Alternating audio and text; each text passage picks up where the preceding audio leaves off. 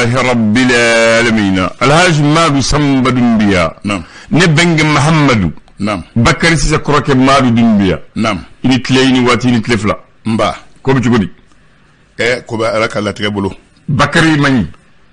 bakari hakle ne nafige ma fo bakari ma fo ya ko ko ikoro ma iku shifile nongono ikoro ikuma ishima je wekien ma bugurije shido kera bugurije ikungula ko donc abla kuna ko le ma degi kungulo ye ngona atno ye o kama kumpane voilà ko ale ko ba fo ne bu fo Allahu akbar ako ne mpunyi de la kan kunyi afle ne ko ma degi kunyi ko ne ya tukudi fa ba nyinga ba ma nyinga nyame ayame voilà ba fo na mi kunji ya kala ya fleni a bugu jele ma do afle je ka fo ge ke pufi ko fa ko o yombo no e ay ena je yombo no le we yombo mo rebe se ki to yirama be ka yombo rebe wa yombo content kuni nam bon comme ne ya ke la dai nyere de we ngala no te ne kunji ne ya bo anyere ma parce que ne be sufia la sisa nam bon mo do to famia bena ka dine do bena ka famia to do bon maintenant kabini ni ka makanta folo 1998 aso le ko do ne nana ola nya akanu ngon kunkolo la ntenkolo la blatuni foso ne mbora kema ko ne akira tuko nkungolo ko ne nta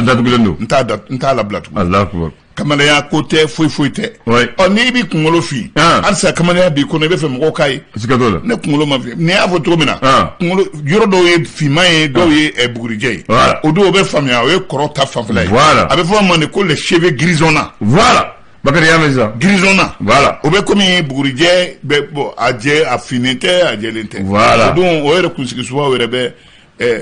ni kamane ambe mo min kono muso do ba fode ko metier do fe cheveux grisonnant oui si do be frontière do la abe frontière do asa ebe mo akira mo fe imake chokoroba ka berita ndo te demsen fene oui grisonnant e munu si sera hake do la on appelle ça les hommes mûrs afo boni gasga do ale ya gasga telula akamune bo telu be ale kuna monte ka fe vote parce que telu mona boy kuna kaito gelea kono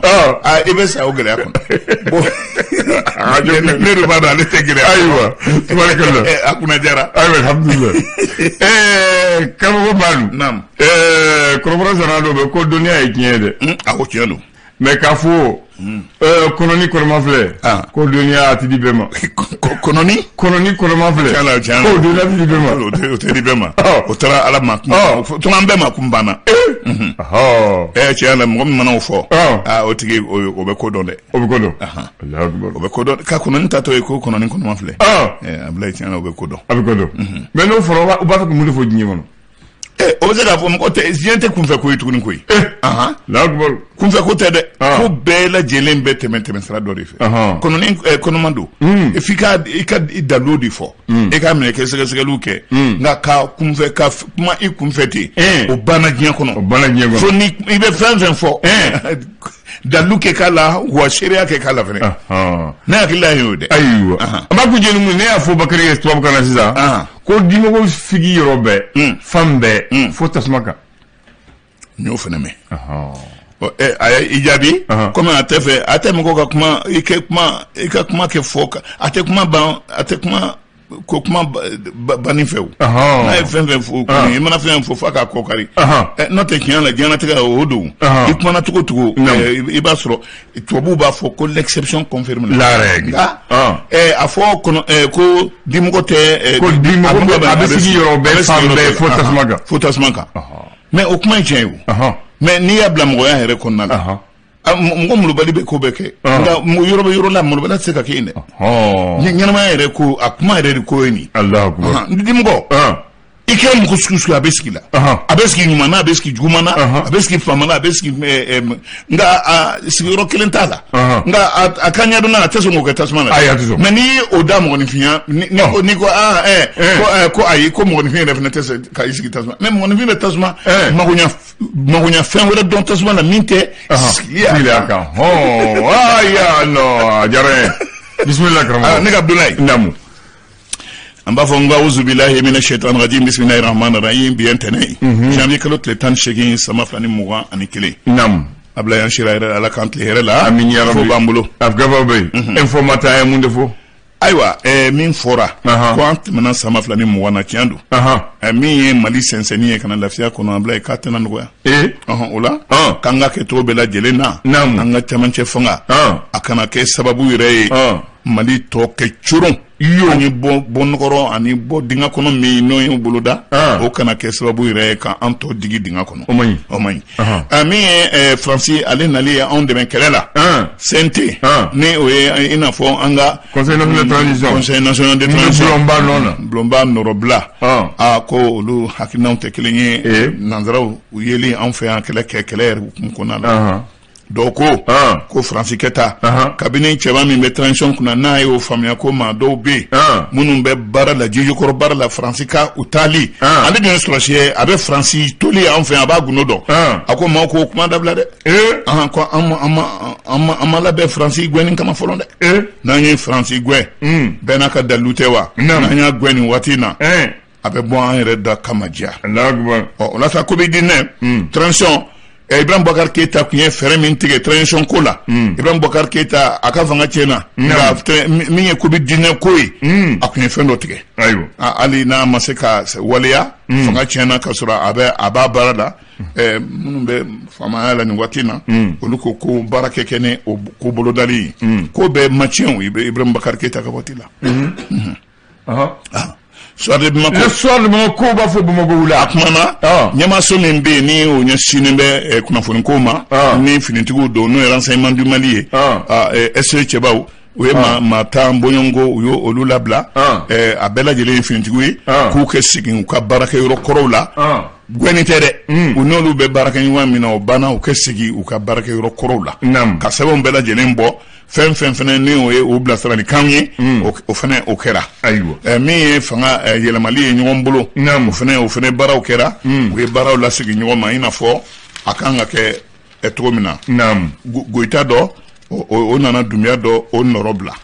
Ablaye alsa ali so de mako klina premier ministre Mokhtar Wan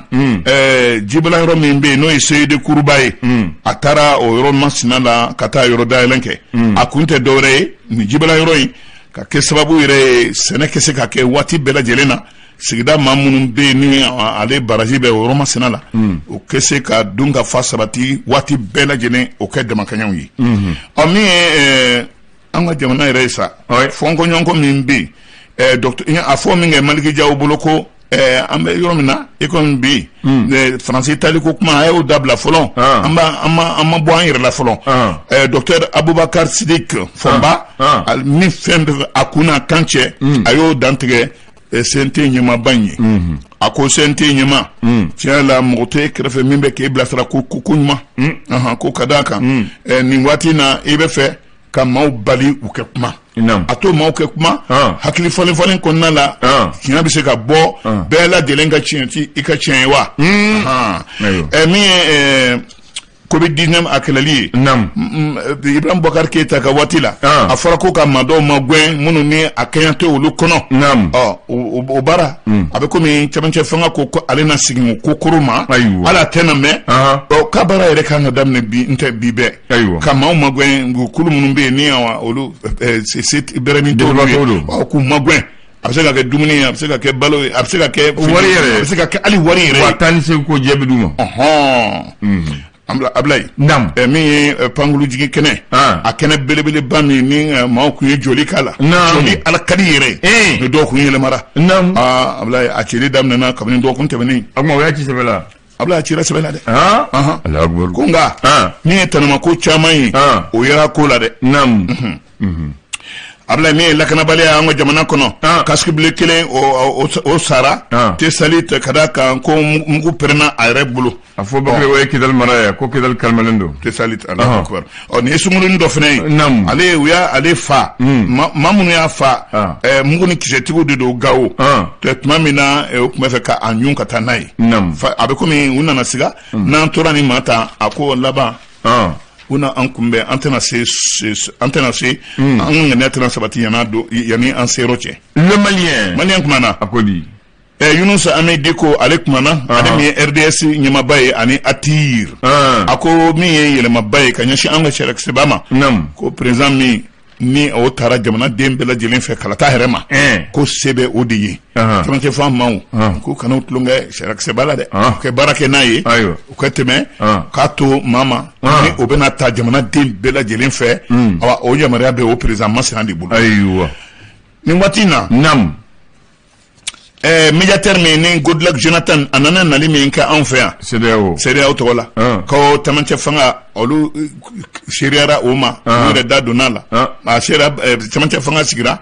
kalo 3 kalo 4 tɛmɛnen kɔ u nana lajɛ baara bɛ bolo min ma ɲa dɔn nin waati na M5 RP cɛbaw u ye ciden Goodluck Jonathan min ye CEDEAO ka ciden o ɲɛkɔrɔ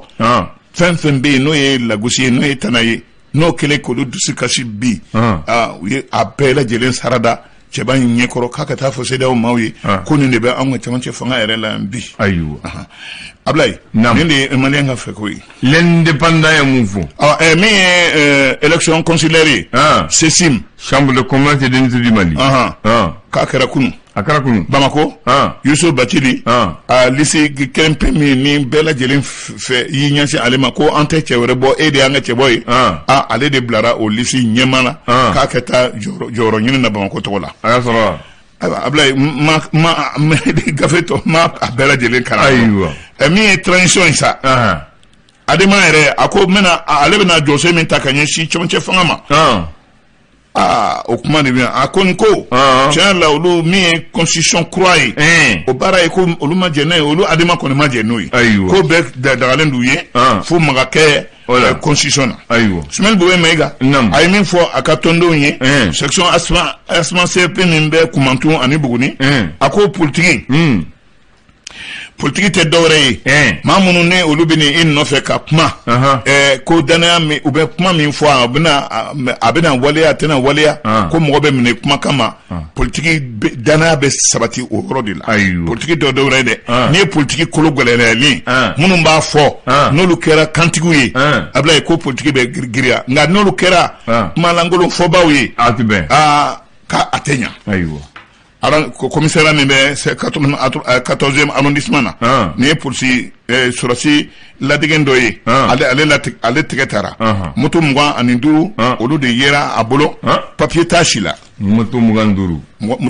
a binama 25 kan Allahu ayiwa ne jumɛn la sentinelle Ablaye nin waati na yɔrɔ min bɛ yen ni o bɛ jate i n'a fɔ pankurujigi kɛnɛ o kɛnɛba ninnu min ni so kun jɔlen don a la ni a jate minɛna k'a fɔ a man kan tɛ ka jɔ n'a ciliw daminɛna maa dɔw siranna k'a fɔ ko min kɛra tabakɔrɔ ko ɲɔgɔn kana kɛ yɔrɔ masina in na dɛ zone aéroportuaire la dɛ maa minnu bɛ yen ni olu ye an ka cɛmancɛ fanga yɛrɛ kotigiw ye n'an y'a don yɔrɔ sariyatigiw ko minnu ni olu ko olu na jamanadenw ɲɛji la tiɲɛ ani musow ni den minnu ye falaw ye k'u kana to min kɛra tamakɔrɔ o ɲɔgɔn kɛ dɛ ka yɔrɔ ci ka tila u yɛrɛ ka tila k'a ye o yɔrɔ jɔlen yɛrɛ kɛnɛ kan tuguni ko o man ɲi ko ye nkalontigɛ ye wa ko o ye borobiri ɲala jamanadenw ye o ye nkalon ye Ablaye ko nin bɛ se ka kɛ kunnafoni duman ye walima kunnafoni jugu kolon ko bɛnkan sema ani plateforme cɛw ni ɲɔgɔn cɛ ka sɔrɔ hali faamaw ma wele a ko da la o bɛ ɲa wa a ti bɛn o tɛ ɲa Nouvelle Horizon kumana Lukoli o kumana min ye arasibasi ale kan hɔrɔnyali ye yɔrɔ a bɛ bolola nin waati na siga kelen ma ka fɔ fanga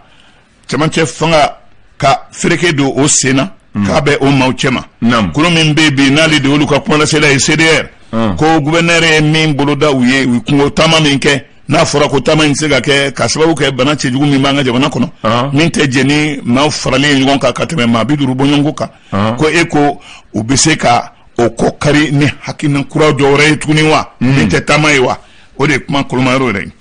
min ye mara yɛrɛ siginin ye an ka mara ko kɔrɔn ani jamana cɛmancɛ yɛrɛ la ko Faransi ko n'o o seginni o daminɛna kɔrɔn ani cɛmancɛ la k'ale kɔnkɔnmalen bɛ ka Mali kɔkɔrɔma don a tɛ kɛ u kɔ wa u bɛ u fasa fili cogo bɛɛ lajɛlen na a ko kɛ ɲa Ablaye latigɛ bolila koro kan dɛ denmisɛnnin 3 olu tora la ka d'a kan mugu ni kisɛ min bɛ ci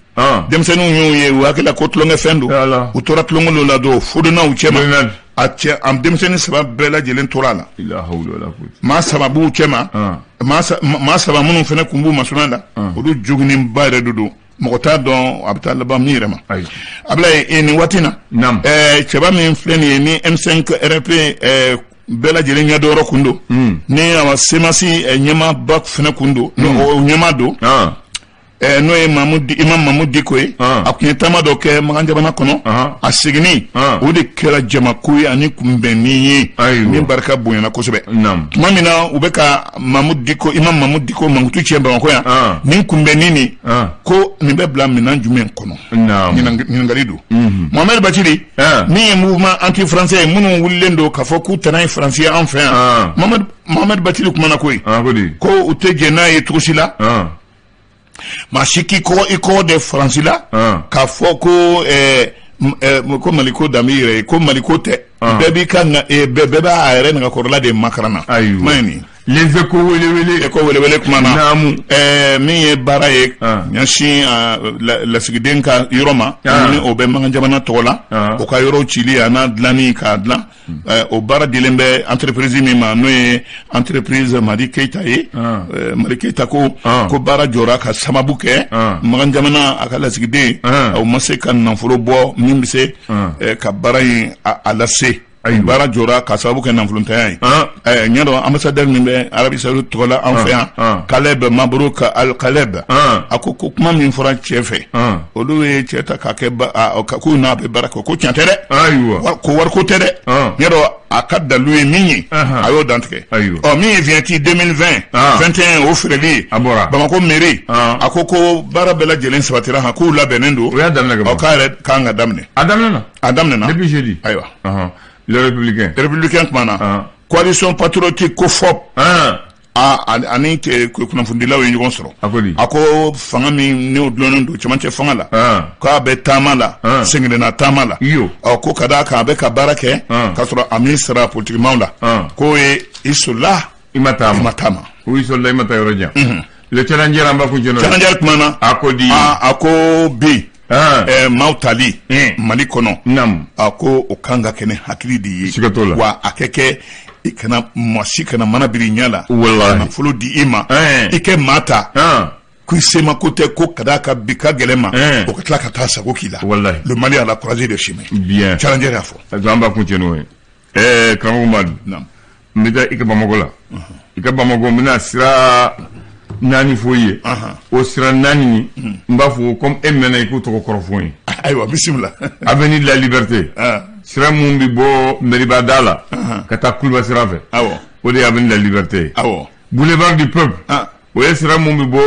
depuis ORTM Selenkɛni na ka tɛmɛ e yɛrɛ ka faso da la ka taa Badji Sisoko la avenue Modibo Keita o bi bɔ premier arrondissement Selenkɛni ni ministère de l'éducation Selenkɛni na ka taa bila BDM siège bi yɔrɔ min na kosɛbɛ a naaninan o ye avenue Baba Jara ale bi bɔ chambre de commerce Selenkɛni na ka taa bila chemin de fer direction na ka taa bila fo ɲɛfɛ ancien combattant kɛrɛfɛla la voilà mais sisan tɔgɔ dɔ tun b'u la yanni Modibo k'u yɛlɛma ayiwa avenue de la Liberté jeli tun b'a la est-ce que o tɛ Vincent Auriol ye fiyewu o ye ayi William Ponty placé de voilà William Ponty de a tɔgɔ tun ye William Ponty boulevard du peuple mun bɛ tɛmɛ Kɔsɔda la o tun ye boulevard Maréchal Joffre donc y'o fana falen Maréchal Joffre Modibo Keita o tun ye boulevard Maréchal Gallieni mun bɛ tɛmɛ Garda la ka taa terrain la ka taa administration territoriale la ka taa bila yen ka se mairie ba ma o de tun ye rue René Caillé donc u y'u yɛlɛma Modibo de y'u yɛlɛma ka tɔgɔ kɔrɔ dɔw an ye indépendance ta waati min na o tubabu ka tɔgɔ ka ca yan fo an yɛrɛ tɔgɔ k'a la voilà tɔgɔda in ka ɲi kɛ nka tɔgɔda in aw tɛ k'olu wele o tɔgɔ la o anw ye Sudankaw ye anw ninnu tɔgɔ ninnu an tun bɛ nin tɔgɔw fɔ n'an b'a fɔ n ko taa avenue Maréchal Joffre la sa bɛɛ b'a faamuya nka bi a ye tɔgɔ minnu da sisan mɔgɔ bɛ ka nin sɛbɛn e nɔfɛ sisan wabila kada mugusita to fola be ba fola bamananga ala ko terenda raida sa teme minde teme garda merbadala ute yoro to ere fola ko église badala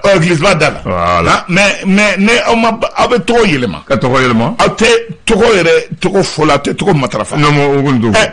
manjamana ma attaque leke yanno amam pon flana de awma oyadi nga kuma fori ko pon flana ko pon kura ko pon kura amne ba fo deuxième pot tubabu folo ba fo deuxième pot ko ba fo pon kura ko pon kura parce que ko sabanan kunte voilà mais mango ma awla sigi ko abe ko ka bengancende ko aye yoro to fo le pont roi Fad ibn Abdelaziz beta français ko roi ko pont Fad beta ka fo ça parce que ya se baka parce que folo tout se belende voilà don mun ta kun se belende ko ali sisa fon se belende sebelendo mais mo ta ka lo ka teli amba to la dubia aba jiti kambe